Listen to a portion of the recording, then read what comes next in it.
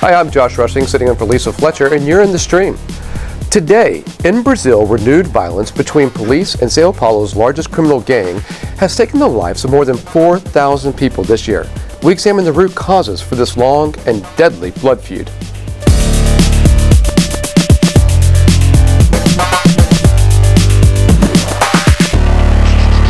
Our digital producer Malika Bilal is here looking out for your live feedback. Tweet her using the hashtag AJStream. Malika, the recent spike in violence in Sao Paulo has many Brazilians remembering May of 2006 when the police were involved in a deadly street war.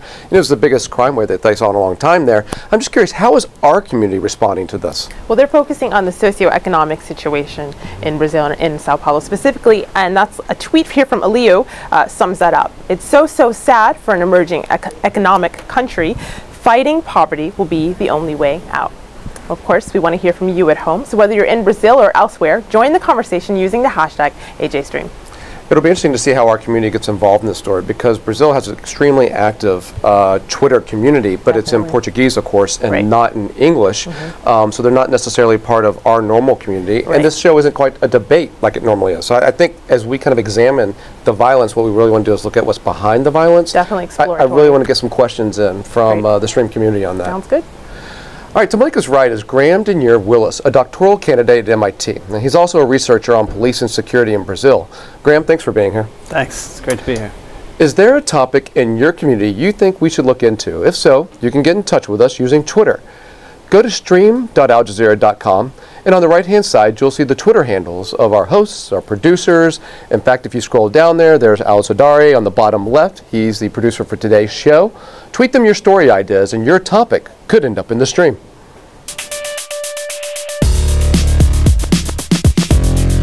Hello, my name is Caroline Hargreaves. I'm an adventurer, photographer, and political consultant, and I'm in the stream.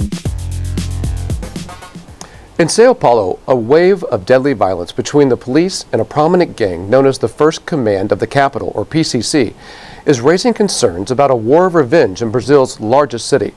The number of police officers killed this year has more than doubled from a year before, signaling the reemergence of the PCC, the city's largest criminal gang, who in 2006 engaged in street war with the police that lasted several days, left hundreds dead, and shut down the city's financial district.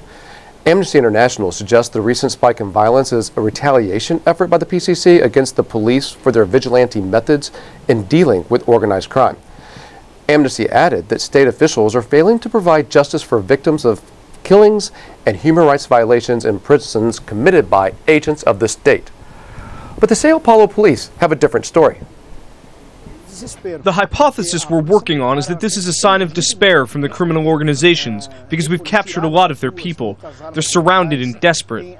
But it's not only one organized crime group, there's probably smaller groups as well that are trying to take advantage of the situation to cause panic with the people. While most experts agree that it is highly unlikely for the 2006 scenario to repeat itself, they do, however, acknowledge that socioeconomic problems deeply ingrained in the current crisis make it extremely challenging to come up with viable solutions. So what's behind the killing of Sao Paulo's police? And are there any possible resolutions that can put an end to this blood feud? To help us answer some of these questions, we are also joined via Skype from Sao Paulo by Al Jazeera's Gabriel Elizondo. He's been following the story closely. He has conducted 2 reports on the recent developments there. You can see both of those reports on our website at stream.aljazeera.com. Also via Skype from Sao Paulo is Milena Riso, the director of the Instituto Soda Paz, a non-governmental organization working on the prevention of violence in Brazil. Milena, Gabriel, welcome to the stream. Thank you. Gabriel, I'd like to start with you. Can you connect the dots between the violent uprising in 2006 and what's happening today?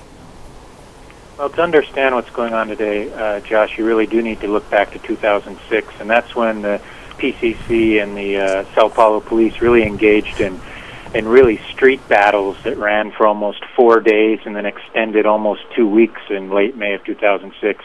It was really the bloodiest period in Sao Paulo's history, and it was really a traumatic situation, hundreds left dead, including over 24 police. Well, since then, since that event in 2006, there's kind of been this unspoken truce between the police and the PCC, basically saying, listen, neither of us need to let that situation get out of control again like this. and crime has been coming down in Sao Paulo since 2006. And basically what happened here is that it's mid-September, Sao Paulo police killed a couple PCC gang leaders, and then the gang retaliated by killing an off-duty Sao Paulo police officer, and it's sort of been a tit-for-tat since then. It's been escalating since about mid-September. All right, well, let me bring Graham into the conversation. You wrote an op-ed piece in the New York Times on this recently, and there was one line that really grabbed me. And this kind of relates to what Gabriel was saying there in terms of there being a truce between a gang and the police, which I find a surprising relationship. But here's what you said about it. In June, before the current crisis, one police officer told me that coexisting with the PCC had a deterrence dynamics of a Cold War and the real-life consequences of mutually assured destruction. Can you tell us what you meant by that? Yeah. Well, police in the station and with their colleagues while they're on the job, they're quite safe, as reflected in a lot of these killings.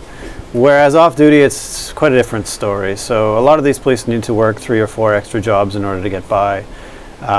They just don't get paid very much. And so they end up living in a lot of the kinds of places in the poor areas of the city that have also historically been the places where the PCC has been very strong. So that means that basically they need to find a way to coexist, even in spite of being police officers in areas that are controlled by the PCC. Now, this can mean, of course, that they can totally deny being police. They ignore it. They pretend that they're history teachers, other things. Or they can, they can socialize with these people, be normal, be Brazilian in the way that people socialize. They look past differences. Let me just make sure I understand. You're talking about because police aren't paid enough, they end up living in some of the same neighborhoods as a lot of people who belong to these gangs. So they have to find ways to socially coexist within their neighborhoods? That's right. Well, and a lot of it starts much earlier than that, in the fact that the police in general are drawn from these communities because they're low-wage workers, and they're abundant, and there's many of them. So there are people that have managed to get by through violence as children, as youth. In schools, they had friends who are members of these different groups, and they managed to pass, public entry exams to become police. Why does it lead to their mutual destruction, though, for these two groups to coexist? Yeah. So the challenge is basically that if you, as a police officer, live in an area that's controlled by the PCC, if you do anything other than obey the will of the PCC, then you're staring down a lot of trouble. So on the one hand, if something goes sour, you can call your buddies, you can call the police, you can engage in some other kind of really shady things that we've been seeing a lot of in Sao Paulo, or you can kind of turn a blind eye to a lot of the stuff that happens, right? You can see that if I kind of bend a little bit this way, then the situation will work out for me personally in the long term. So failing that, of course, you're going to have the PCC right on top of you, and you may draw on your other guys to try to react the same way. So it's kind of this fine balance that you have working all the time between I can kind of manage on a day-to-day basis by turning my head the other way, or I can look for trouble. And it's that dilemma that our community is picking up on. Giant Pandaha has a theory on what causes this. She says root causes for violence are never discussed, just the drastic solutions. But Milena, I want to go to you with this video comment. Have a listen to this. During the last year, we've seen a remarkable effort to clean up the slums, the so-called favelas, in the lead-up to the Olympic Games and the World Cup. However, what we've witnessed in many favelas is that the day after the drug gangs were ousted, a corrupt police officer would arrive and claim some sort of bribe for security, mafia style. So, both in Sao Paulo and Rio de Janeiro, there's a sort of cold war between drug gangs and corrupt police officers for a market that, with the crisis, has started to shrink. Adriel Zina from Washington. So, Melina, is police corruption really at the root of this?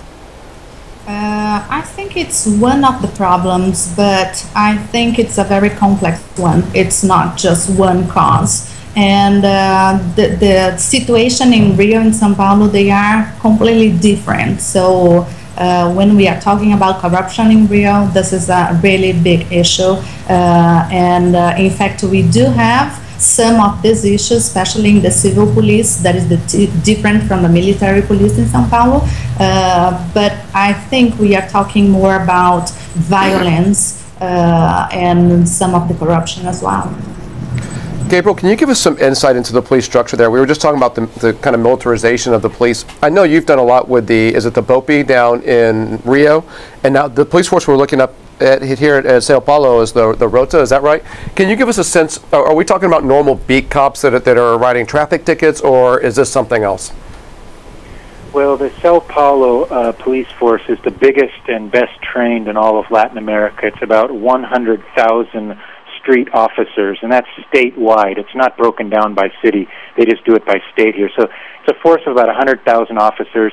The Rota, as you said, is the Special Forces Police, and they are really the ones that are on the front lines. But really the officers being killed are the street cops, the lower paid ones that are the street cops. And you know, so it's very true. There's very big differences between Rio and Sao Paulo, huge differences. And so you really can't compare them. They're apples and oranges. And that's why in Rio you saw them send in the military to help with recent favela invasions, as they call them there. Sao Paulo, you're not seeing that because there's a sense here that even though the situation is bad, that the Sao Paulo police can handle it. At least that's what officials here are saying. So, Graham, it's the street cops that are actually being killed, and I think the number I saw is 94 of them this year. Mm-hmm. So this isn't really a war where you're going after the part of the police that's giving you problems. It's more of just a fear campaign where you're killing the low-level cops. Is that correct? Yeah. So part of the problem, of course, is that you have the Rota and you have the tactical force, which are your very reactionary forces, right? These are police that their aim is to kill. Their aim is to kill people, and historically, and we see even today, that the numbers of these police is a lot higher than even the police that are able to investigate those kinds of crimes. So you'll see Rota has maybe 800 members, the Força Tática, the tactical force, has hundreds of members as well, and then you have people in the homicide division that are responsible for investigating these things, and there's maybe 300, maybe 400 police. So you see, on the one hand, those guys, the really violent ones, are untouchable as far as the PCC is concerned. They've managed to kill one or two. They've captured a family member here or there, but the much easier targets are these low-level police that happen to live in the communities. So they're not even going after the hard targets; they just go after the easy targets. Well, they may go after the harder targets, but it's definitely the lower-hanging fruit that tends to get a lot of the attention. Well, Gabriel, I want to direct these next to you. Eagle Vern on Twitter says the solution to this is finding a solution to the gangs. Gangs are guys hanging around, give them something to do, and help them regain their confidence. And there's another from Yusuf who says, people say the prisons are full here. Would expanding prisons alleviate or worsen the problem? Gang, the prison issue is two things. Number one is there's an issue of overcrowding, number one, and the second issue is prison security. The government says the people that are ordering these killings are PCC gang leaders that are in jail and doing it via clandestine cell phones in the jail. So the federal government's sending a lot of these gang leaders to high security prisons in the interior of the country. So the jail situation is something that needs to be addressed. The other question... Isn't that also the root of the PCC? Doesn't it even go back to the whole gang began because of a situation with the prisons there? Yeah, it started as a prison gang, and it's mushroomed since then, and that kind of into something much bigger, and that kind of leads to the first question about, well, you know, why can't you give these gang members something better to do in life or something? That sounds good, but it's quite difficult because the PCC has morphed from a street gang and a prison gang into a criminal organization. And according to a recent intelligence report by the government that was reported here in a local paper a few weeks ago, the government thinks the PCC controls hundreds of bank accounts in the country worth in upwards of $15 million, and they're now branching out into neighboring countries of Bolivia and Paraguay as well. So they're beyond, you know, some kids on the street corner that are gang members. This has really become a criminal organization, and it's going to be that much more difficult to tackle. Milena, it seems that 200 people have been murdered in the last month. Most of those, the great number of those, aren't cops and probably aren't PCC either. There's probably people caught in the middle, just like in any other war.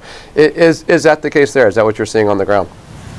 Yes, actually, because we don't have much of investigation and clear cases, it's hard to tell what is exactly going on at this point. But what we've seen, that a lot of people that has nothing to do with organized crime or criminal records or anything like that, they are being killed in their communities. So this is what we've been facing. Most of them are young, most of them are men, and we are talking about male black men mostly are the victims of the killings that we are facing this past few months. Has the government, are they taking care of the victims in some way? In fact, we don't have a very good policies on victims. What we do have is facing all these people being killed, and they don't have much assistance. And this is a huge problem, one of the hugest problems that we have. We don't have very good victim assistance here. Well, Graham, there's a video comment left from a member of our community referencing something that we just mentioned a little bit earlier, and this is the conditions of the prisons. Have a listen. When looking at the violence in Sao Paulo, it's important to consider certain rights problems that still exist in Brazil, such as police brutality and extrajudicial killings that go totally uninvestigated. Also, you need to look at prison conditions and prisoners' rights. The PCC was actually set up in the first place in 1993 in order to protest poor conditions in prisons in Sao Paulo state. And also, of course, corruption, which is a problem within the police and also within prisons where guards accept bribes to let PCC-linked prisoners bring in mobile phones to conduct their business from within jail. So one, I'd like you to address, she says that they're totally uninvestigated, the crimes in the prisons. If you could address that, that'd be great. And also, prison conditions and looking at rights in the prisons, could that help solve this problem? Sure. Yeah, on the first hand, I think I would agree formally these things go totally uninvestigated in the prisons. In reality, it's the PCC that deals with anything that happens in the prison system. So the PCC, for example, will allow all sorts of drug use within the prison system, prisons that it controls. It's something like 143 of 155 of the actual prison units in Sao Paulo are controlled by the PCC. So they'll allow this use of drugs, but they will not allow the use of crack. So, for example, they have a monopoly on what happens in these prison systems and a different morality as far as what can occur and what cannot occur. So there's definitely a different system that occurs. As far as formal investigation, it doesn't happen. As far as in the reality, only what happens in the prison system is what is allowed by the PCC to happen. And secondly, could looking at prison conditions solve this? Yeah, I think it's the degree of the problem is huge. So you have like I mentioned, more than 150 different prison units in the state, most of which are controlled by the PCC. Controlled. We're talking about there's prison agents that lock the door and inside everything happens. There's televisions, there's drugs, there's guns, there's conjugal visits, all sorts of things that shouldn't be happening otherwise in these systems. You also have the widespread use of cell phones, these sorts of things. So improving the conditions of the people living in the prisons, the system is radically different. One of the things that is often talked about is the widespread use of cell phones. It would be very easy to jam the cell phones, the signals that are coming out of these places. There just isn't the will to do it. So I wanted to use the last few minutes in this discussion to start talking about things that can be done to affect the situation there. And I know that you've spent a lot of time down there actually within the police force examining what they're doing. Have you come up with some specific suggestions about how this dynamic could change? Right. Well, it's a complex problem. Obviously, as far as police corruption, which is usually the tag that's used to address this kind of a problem. Here, in the relative safety of the United States, Canada, Western world, we think about police corruption in terms usually of money and power. We never think about it in terms of a police is trying to get by and survive, right? He's adapting in ways that are going to save his own life. He's adapting in ways that are going to preserve his family. So the motivations for why police do things in Brazil is very different than the way it is here. And I'm not sure that it's fair to call that corruption, right? You have a very different way of thinking of things. So you address that by paying cops more? So part of the thing is by paying them more. Part of it is facilitating channels so that the leaders of police organizations, the people at the top making those policy decisions, whether police should be violent or whatever, start at the very bottom. So they understand how things work on the street. Maybe they actually live in these conditions. So that their decision-making process is much more in tune with that. Whereas now, the officials come in at a certain level. Officials have, they'll have university degrees, they'll have more preparation, whereas the low-level guys, they may spend 30 years and just be at the very low level because there's a lot of barriers to their own mobility, which affects a lot of things. Hey, Milena, what is Soda Paz? What would they like to see happen in this situation? I think we really need a very integrated work between two polices that we have, the patrolling police and investigation police. They have to work together. And because we have two polices, this is a very big issue to have things resolved. And another thing, we do need better internal controls and a different political sign that violence is not tolerated as it has been for so long. Hey, Gabriel, I got about a minute left here, and I'd like to hear from you, looking into your crystal ball as a reporter and an analyst and someone who's living in Sao Paulo. Where does this go? How does it move forward? Well, I'll just finish by saying really nobody knows how this is going to end, but the Sao Paulo police will say that they've got this under control, and they will point to statistics, and those would be 2006, 40 people per 100,000 killed in Sao Paulo. 2011, that number dropped to 9. Even with this uptick in murders this year, it's going to be about 11 to 15 people killed per 100,000. So the Sao Paulo police will say, we've got this under control, we've brought down crime to historic low levels in the last 6-7 years, below the national average, and they would say this is just an anomaly. If that's true or not, I'll let other people decide, but they think that they're going to be able to contain this. Seems like government agents and government spokespeople always find a way to find the numbers to support their argument, but this is a hell of an anomaly, and 94 cops killed this year. Let's hold that thought there, though. This discussion will continue in the online post-show, but before we get to that, here's Malika with some other leads that we're following.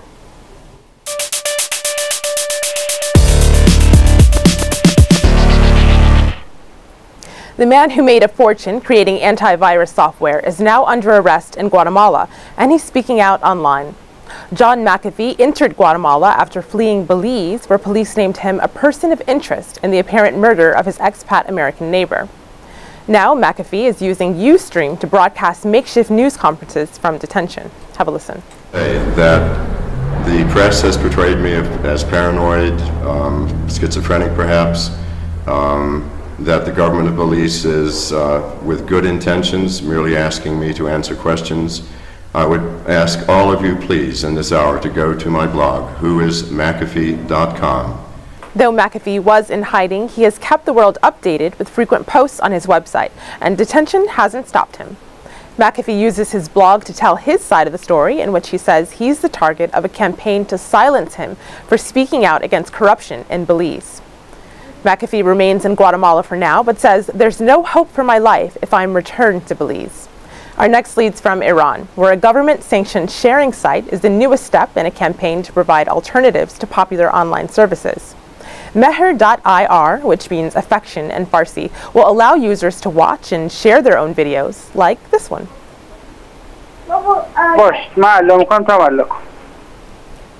Well, we visited the site and found it to be a bit slow. Though most new video sharing sites face stiff competition from YouTube, Mehr may not face that problem. Iran has consistently blocked the site since the 2009 election. Well, what other stories should we be following? Tweet us using the hashtag AJStream, and your pitch could end up in a future show. Josh? When you say a bit slow, did you mean the stream was slow, or the content of it is kind of... It was a little bit slower than your average YouTube. Yeah. Okay. Well, thanks, Malika, and thanks to all our guests today, Graham, Milena, Gabriel. The discussion continues in the post-show, so if you're near a computer, go now and log on to stream.aljazeera.com to stay with us. And on the next show, we'll look at what's fueling Puerto Rico's violent crime wave and the social media movement that's trying to fight it. Until then, we'll see you online.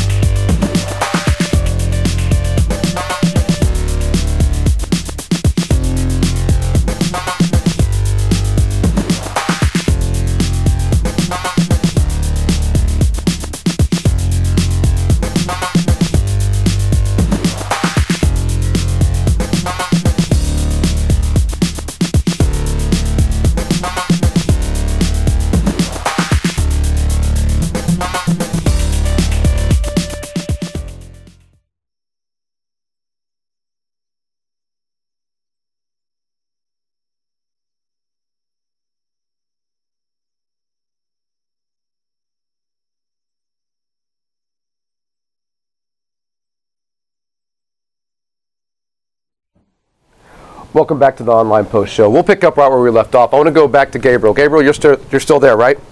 Yeah, I'm here, Josh. Okay, so look, it always kills me as a journalist when you have a government spokesperson say, look, we've got things under control, things are great. It's not as bad as it once was. When in fact the reality is you have 94 cops who have been killed in the last year. You have 200 people who have died in the last month.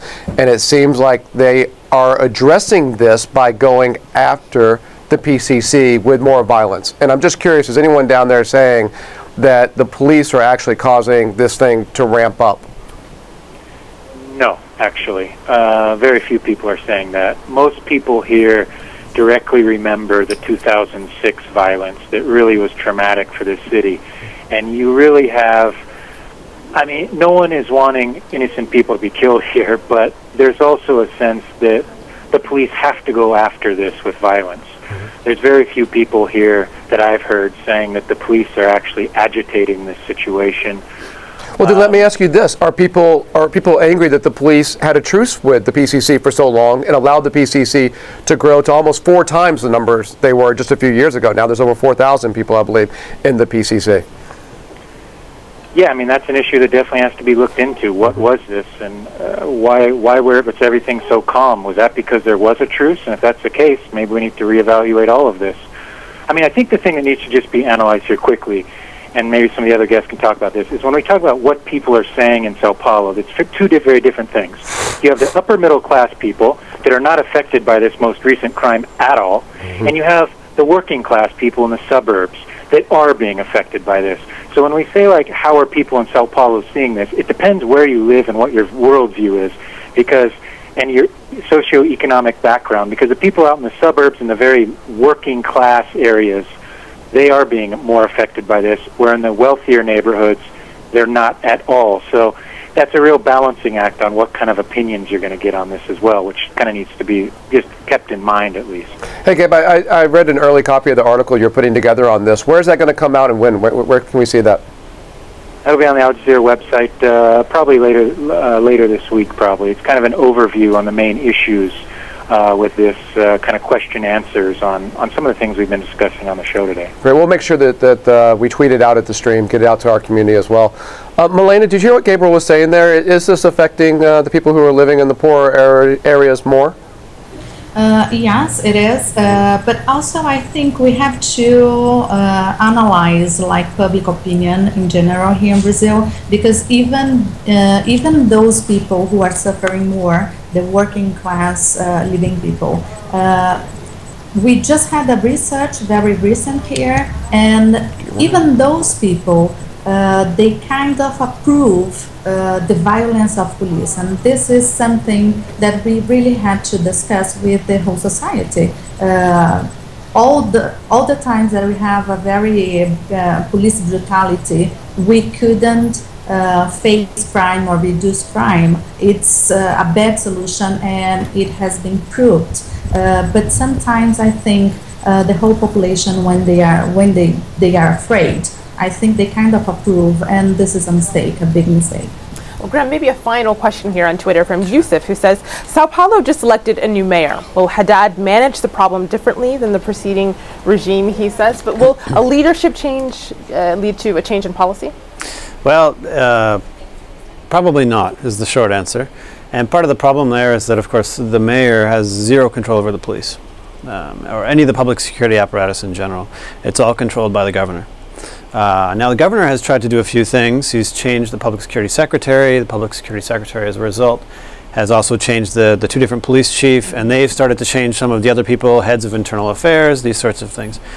So there is a shift that's in place. Unfortunately, it has nothing to do with the mayor. The mayor has very little capacity to do anything when it comes to public security. But will the firings of the 2 chiefs and the security officer, will that make a difference in policy?